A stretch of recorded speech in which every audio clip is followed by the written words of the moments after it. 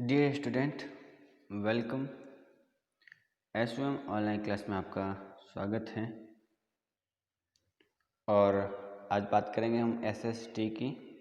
इस वीडियो में हमने पिछले क्लास में पढ़ा था कि किस प्रकार गांवों की उजड़ी भट्टियाँ धीरे धीरे होने लगी थी, उसके बारे में शुरुआती बात की थी हमने।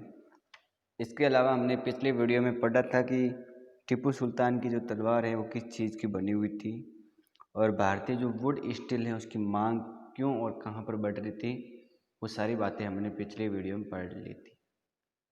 ठीक है, आज इस वीडियो में हम कुछ अलग पढ़ेंगे, खास पढ़ेंगे।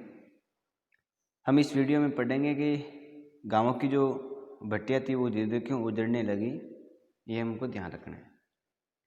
पहली बात तो आपको ये याद रखनी है कि जो भट्टियाँ हैं वो किससे बनती थी।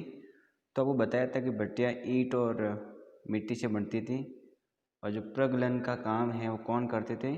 पुरुष। महिलाएं को क्या करती थी? धोकनी चलाती थी। ठीक है, और धोकनी क्या है? तो मैंने आपको बताया था कि हवा फेंकने का एक यंत्र है, ये ध्यान रखना था। लेकिन ध्यान रखना है कि 19वीं शताब्दी तक आते आते 19वीं शताब्दी तक आते आते लोहे के प्रलगन या प्रगलन का हुनर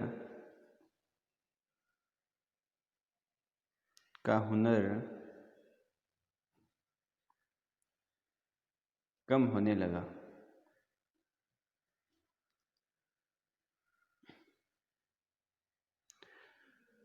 मतलब जब 19वीं शताब्दी ख़त्म होने वाली थी, उसके दौर की बात करें तो धीरे धीरे उस समय जो हुनर है वो कम होता जा रहा था इन लोगों का, जो लोहे को गलाने का काम करते थे। गाँवों की जो भट्टियाँ हैं वो ठंडी होती जा रही थी, और उत्पादन है लोहे का गिरता जा रहा था। ठीक है, तो ये भी ध्यान रखना है कि उत्पादन आप लिखेंगे लोहे का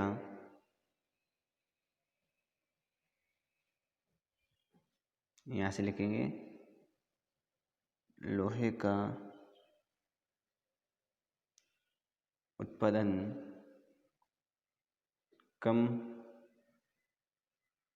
होता जा रहा था। ठीक है, ये बात आपको ध्यान में रखनी है।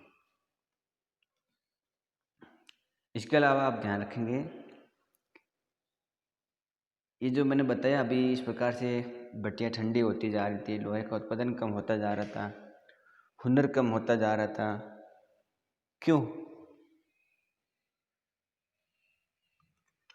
उसकी जो वजह रही है वो है अंग्रेजों के नए कानून। तो अंग्रेजों के जो नए कानून थे,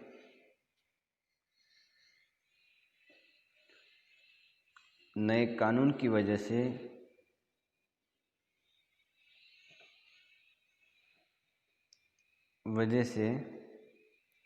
ध्यान रखना है आपको कि अंग्रेजों के नए कानून की वजह से इनकी जो भट्टियाँ हैं वो धीरे धीरे उजड़ रही थी। तो प्रगलनों की या जो प्रलगक हैं उनकी, तो प्रलगन करने वालों की भट्टियाँ उजड़ रही थी। ठीक है, ये बात आपको ध्यान में रखनी है। मैंने आपको बताया कि किस कारण से ये भट्टियाँ इनकी उजड़ रही थी, वो थी अंग्रेज़ों के नए कानून। क्योंकि हमने पढ़ा था कि जब औपनिवेशिक सरकार आई और अंग्रेज़ों ने नए नए कानून बनाए, तो उन्होंने लोगों को जंगल में जाने के लिए मना कर दिया था, ये भी ध्यान रखना है। तो एक बात देखेंगे कि सरकार ने आरक्षित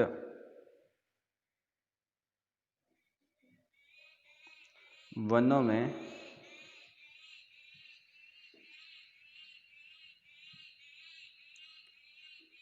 लोगों के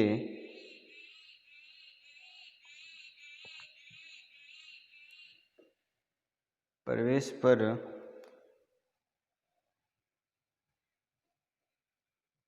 पाबंदी लगा दी थी। तो एक बात समझने वाली है कि भी लोगों को जंगल में जाने के लिए मना कर दिया, तो जंगल से लकड़ी नहीं लाएंगे, और लकड़ी नहीं लाएंगे तो कोयला नहीं बनेगा, और कोयला नहीं बनेगा तो फिर लोहे को कैसे पिघलाएंगे, उनकी भट्टी कैसे बनी रहेगी, ये भी हमको समझना है। ठीक है, तो ये बात आप ध्यान में रख सकते हो कि इस वजह से धीरे धीरे इनकी भट्टियाँ क्या हो रही थी, कम होती जा रही थी। तो एक बात तो ये आप याद करेंगे। इसके अलावा अगर उनको जंगल में जाना है तो उनको भारी कर देना पड़ता था। वन के विभाग के अधिकारों को भारी कर देने की वजह से भी जो भट्टी पर काम कर रहे थे उनको ये महंगा पड़ रहा था और वो अपनी भट्टी नहीं चला रहे थे। तो एक तो बात ये भी याद रखनी है। एक बात आप लिखेंगे कि 19वीं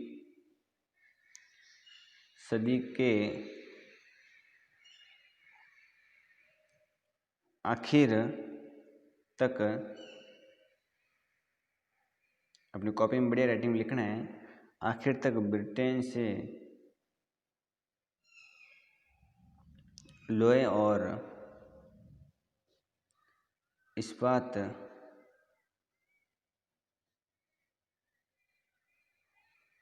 का आयात भी होने लगा था। मैंने एक बात बताई है कि जब 19वीं सदी का अंत था उस समय हर प्रकार की चीज़ों में कमी आ रही थी, भट्टियाँ भी कम होती जा रही थी, लोगों का काम धीरे धीरे कम होता जा रहा था। उसकी जो एक वजह रही है, एक तो वजह हमने पढ़ी कि जंगल की वजह से उनको जंगल में जाने के लिए मना कर दिया था। अगर जंगल में जाना है और लकड़ी काटनी है तो भारी कर चुकाना पड़ता था। एक वजह से भी भट्टियाँ कम होती जा रही थी। इसके अलावा और दूसरा जो मैंने कारण बताया है कि 19वीं सदी के आखिर तक जो ब्रिटेन है वहाँ से लोहा लोग आयात करने लगे थे। आयात का मतलब समझते हो ना आप? आयात का मतलब होता है किसी देश से वस्तुओं को मंगाना, खरीदना। और एक शब्द होता है इसका विपरीत, निर्यात। निर्यात का मतलब होता है किसी देश में वस्तु बेचना। जैसे भारत के अंदर कोई चीज़ की उत्पादन या चीज़ का उत्पादन ज़्यादा होता है तो हम उस वस्तु का निर्यात कर सकते हैं, दूसरे देश में बेच सकते हैं। तो ये बात आपको ध्यान में रखनी है। इसके अलावा अगर हम देखें तो इनका आयात बढ़ रहा था, और इसके अलावा जो घरेलू लोहार थे वो बर्तन बनाने के लिए या औजार बनाने के लिए जो लोहे हैं वो आयातित या जो बाहर से आया हुआ उस लोहे का प्रयोग करते थे, ये भी ध्यान रखना है। तो एक बात से तो धीरे धीरे जो लोहा इस्पात बनाने वाले थे, लोहा पिघलाने वाले थे, उनको नुकसान होते ही जा रहा था और वो दिनों दिन गरीब होते जा रहे थे। ये बात आपको ध्यान में रखनी है। अगला जो हम टॉपिक पढ़ेंगे कि भारत में किस प्रकार लोहा और इस्पात के कारखाने बने, उसकी बात करेंगे हम। तो एक हेडिंग हो जाएगी हमारी, भारत में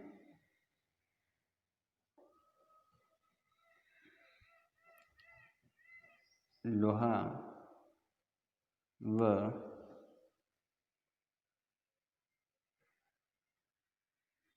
इस्पात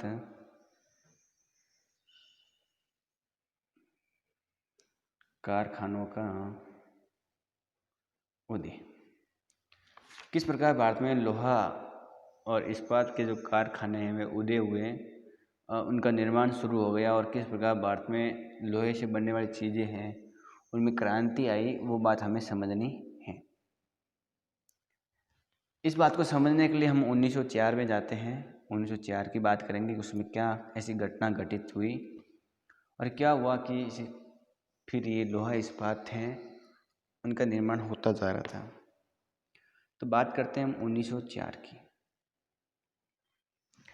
ध्यान से सुनेंगे कि 1904 की बातें लगभग महीना अप्रैल का था और अप्रैल महीने के अंदर एक भूगोल वैज्ञानिक थे, भूवैज्ञानिक, जो अमेरिका के थे।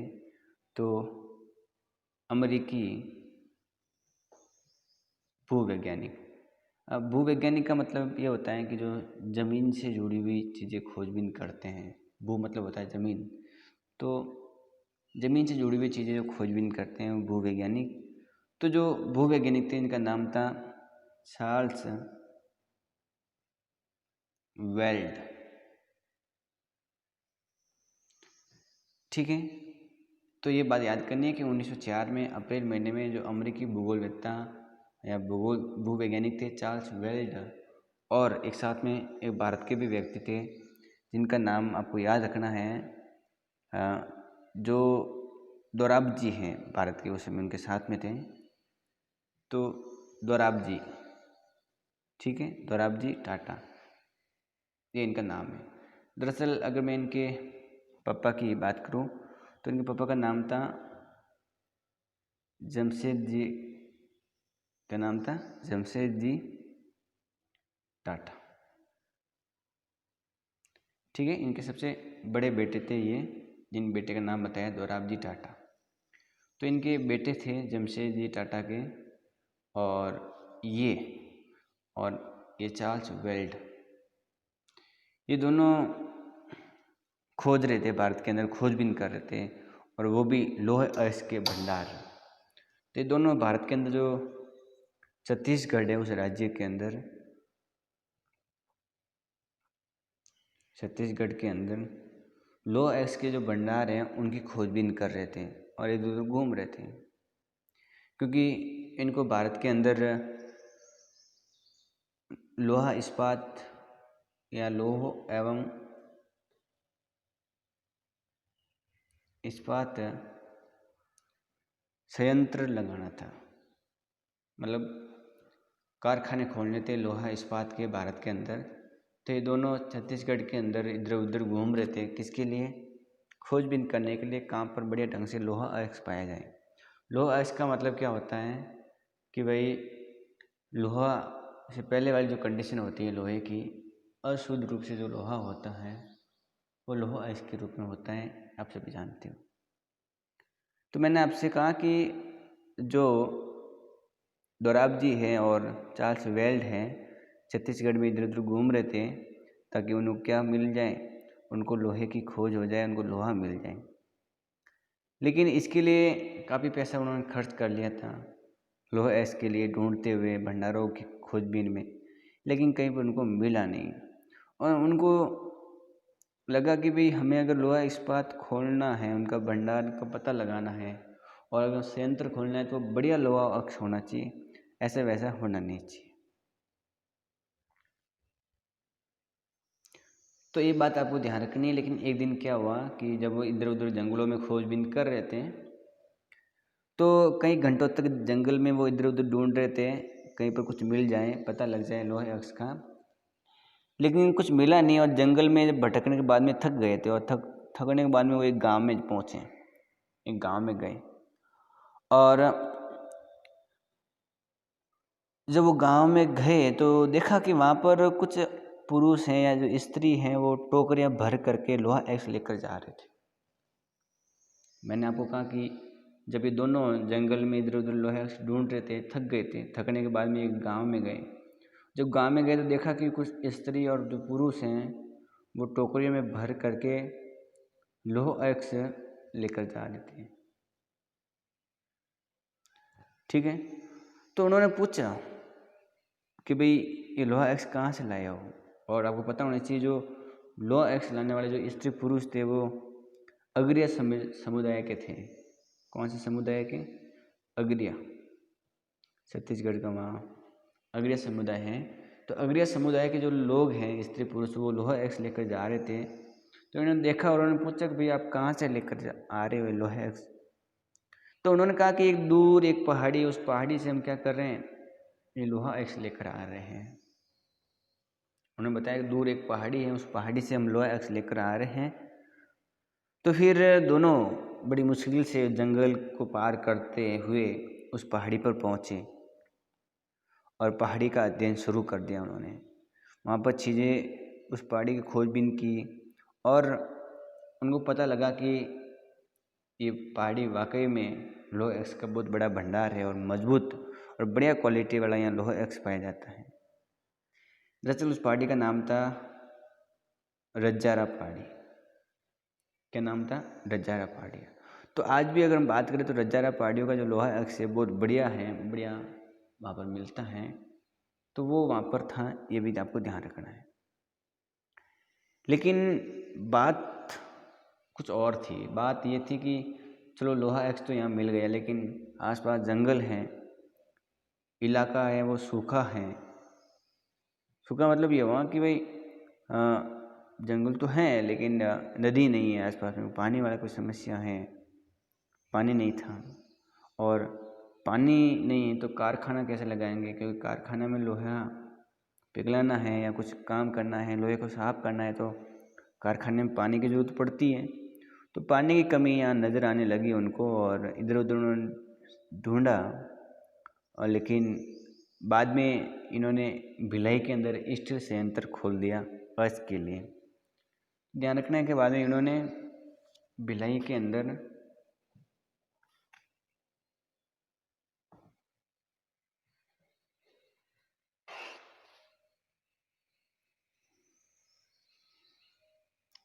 भिलाई में स्टील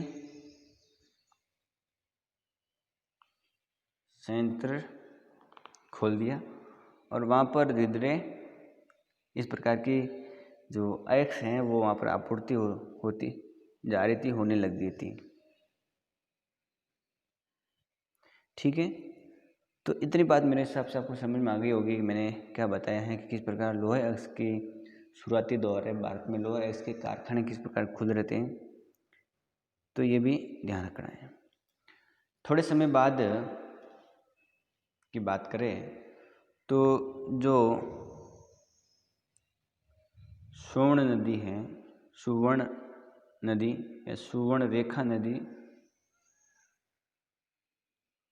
उसके आसपास में जो जंगल है उसको साफ किया गया और वहाँ पर फैक्ट्री और शहर बसाने के लिए, औद्योगिक शहर बसाने के लिए जगह बनाई गई, ये ध्यान रखना है। तो सुवर्ण रेखा नदी के आसपास सफाई की, वहाँ पर फैक्ट्री खोलने की जगह बनाई गई, औद्योगिक शहर बनाने के लिए वहाँ पर जगह बनाई गई, जगह तैयार की गई। ठीक है, और इस शहर को फिर जगह दिया गया जमशेदपुर। जो इस नदी किनारे जो जगह बनाई है फैक्ट्री के लिए और औद्योगिक शहर के लिए, तो इस शहर का जो नाम है वो आपको ध्यान रखना है कि जमशेदपुर नाम दिया। क्या नाम दिया? जमशेदपुर।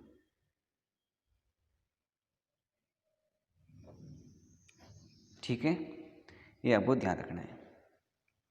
तो इसके आसपास में, इस शहर के आसपास में लोहा एक्स भी हैं, पानी भी इस नदी से मिल जाता है इनको, हैं। तो दोनों काम होने लगे थे। तो बड़ी बात है कि भाई पानी भी मिल गया, लोहा एक्स भी मिल गया, तो अब कारखाने में कोई समस्या नहीं थी। और इस प्रकार से उन्होंने एक बहुत बड़ी कंपनी की स्थापना की और उस कंपनी का नाम ज़रूर याद करें। मैं उसका नाम भी बताना चाहूँगा और वो प्रसिद्ध कंपनी है, आप ध्यान रखेंगे उस कंपनी का नाम। उस कंपनी का नाम है Tata iron and steel company. ठीक है, तो ये बात आपको याद रखनी है कि इसका क्या नाम था। तो जिसको टिस्को भी कहते थे। क्या कहते थे? टिस्को। तो Tata iron steel company, TISCO कहते थे, और उसकी स्थापना की गई। और इसकी जो स्थापना है वो करने के बाद में 1912 में इस कारखाने से, इस कंपनी से स्टील का जो उत्पादन है वो शुरू हो गया था। 1912 में स्टील का जो उत्पादन है वो क्या हो गया था? शुरू हो गया था। ये बात आपको ध्यान में रखनी है। तो आज की इस वीडियो में इतना ही।